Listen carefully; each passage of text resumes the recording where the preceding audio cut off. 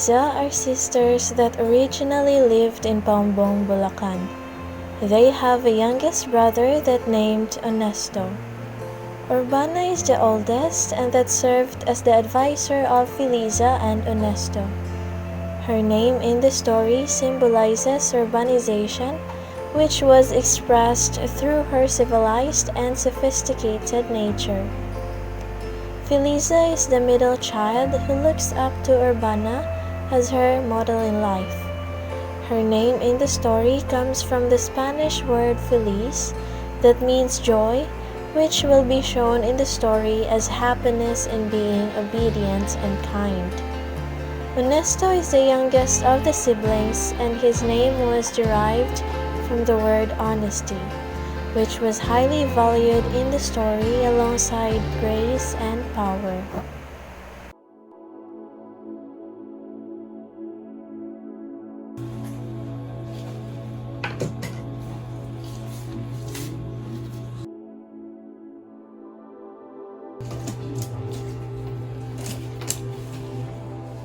Ate Urbana, do you really need to study there? How about us? Ernesto and I will need you more here. I know, but Feliza, you know already that this is all for the three of us, right? I'll be sad too, and I will miss the two of you. While I'm away, I want you to be a big sister of Ernesto. I want you to carry on the values and the behavior I taught to the both of you. I'm afraid I'm not as good as you. I still have a lot of things to learn from you. How will I learn if you're not here anymore? If you're far away from me, from us? You'll do well, Feliza, and you can still learn from me. I will send you a letter from time to time for the things I want you and Ernesto to learn. You can send me a letter as well of the things that you are confused at, or if you have something to ask about or anything. Are we good?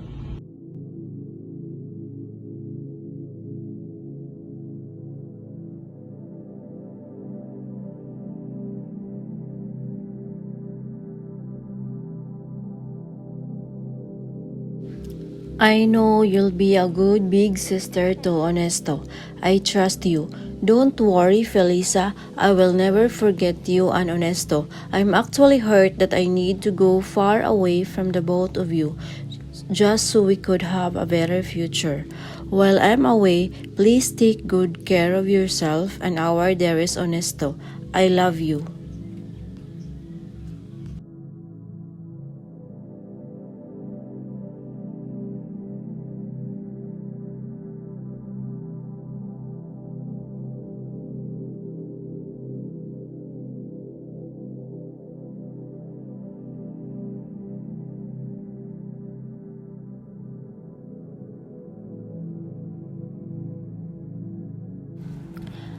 I hope you'll be good to your sister Feliza, just how obedient you are to me. Please be good, as I will not be able to guide you and teach you as close as this. Please take good care of yourself and your big sister Feliza. I love you, our dearest Bunso.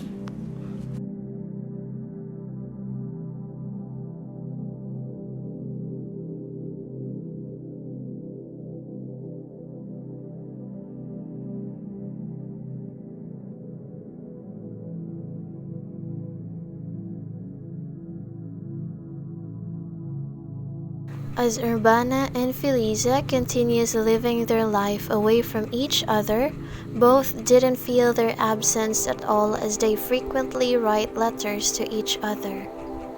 I still remember when we were still young, we often play under the tree, and after a while our dear mother and father will call us, but you will let me play and you will follow their orders. Even if you are being praised by others, you remained humble. You've been a good example to me, and that's why I want to be like you until I grow old. Love, Feliza.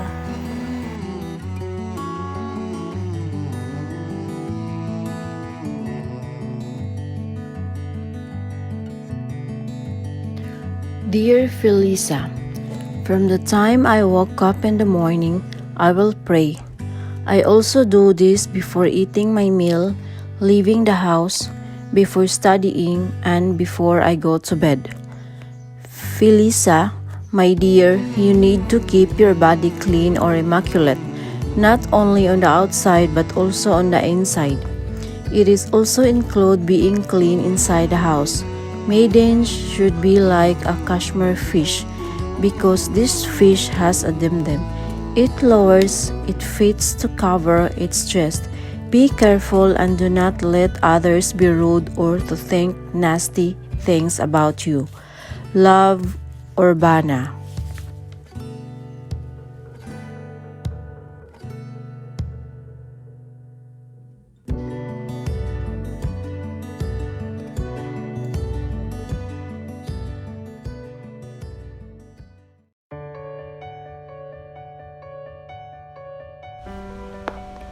Pride should not be placed on walking and do not be distracted by things around you. It's also a bad habit to look down to our sleepers, so keep your face straight. Feliza, we should always thank God. I also thank God that I was endowed by a good, lovely parents who taught me to respect and get to know God. Until again, Feliza, love, Urbana.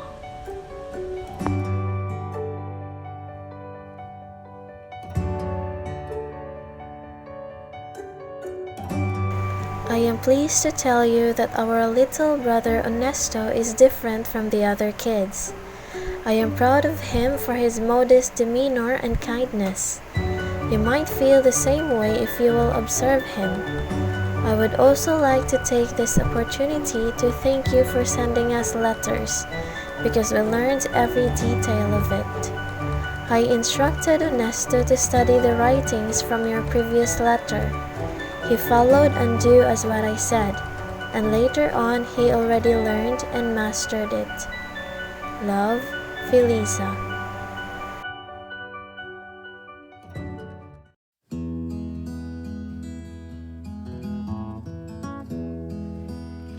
Dear Feliza, when you are in front of a food or when you are at a party, you need to practice what is right.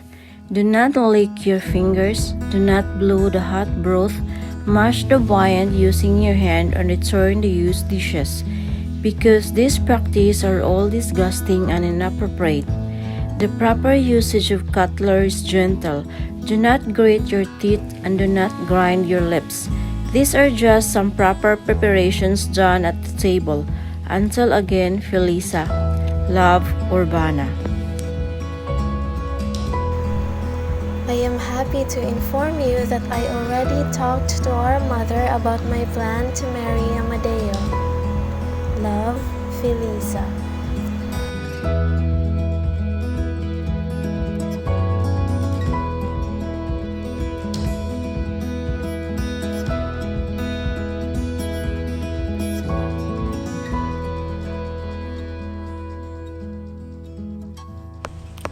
I am very grateful that you fought for your love. Until again, Feliza. Love, Urbana.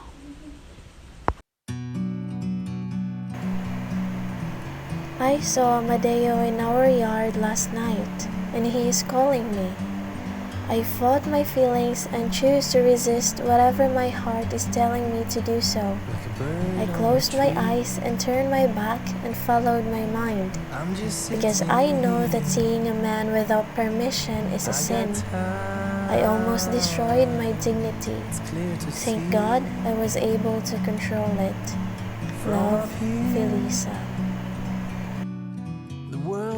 Dear Feliza, I am very grateful to have a sister like you. I thank God for giving me a sister of courage and should be kept. Love, Urbana.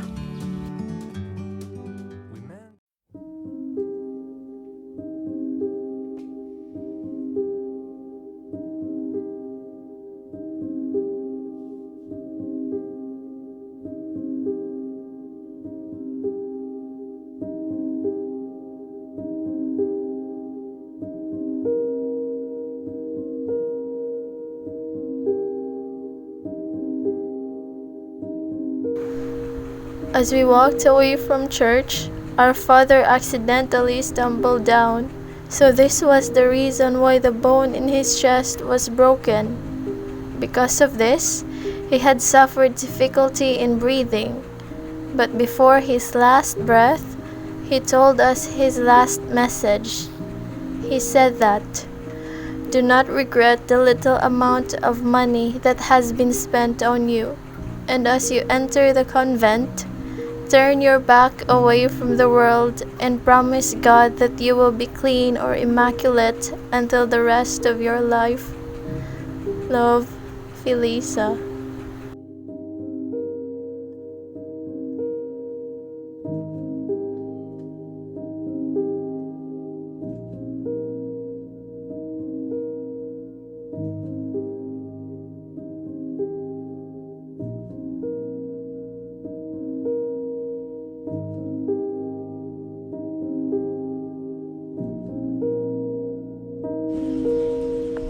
Dear Feliza, I will follow our father's last message.